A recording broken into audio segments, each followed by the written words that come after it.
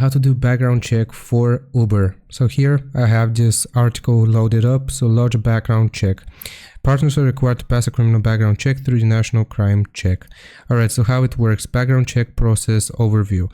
So first you need to provide consent depending on whether you will be doing Uber Rides or Uber Eats. And here we will just choose one of the two, but I'll first show us what the next steps are before I proceed with the background check itself. So here, this is the first section. We gotta provide consent to be checked. Now, the second step, we'll be providing our details, addresses, and other names.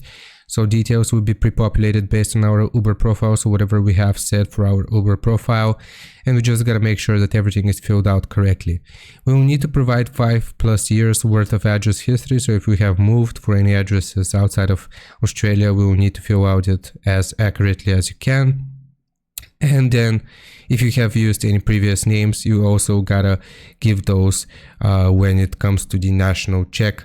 And the last step here will be uploading proof of identity documents using Instant ID.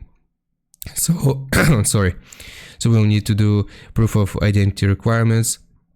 You will need to take a photo of your ID and driver's license, anything that they may require. And those are basically the steps. Now I'll go here directly to Uber Rides, and the background check itself is going to look a little something like this. So it's going to fetch our user profile.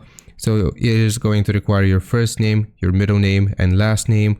Then here you will have to give them your email address as well as your phone number, and you gotta check the type here. So check type is going to be employment, Uber Rides driver, and then Uber Australia Pay. You gotta agree to these terms and then save and continue, and then you can proceed with the other background check steps which I mentioned beforehand.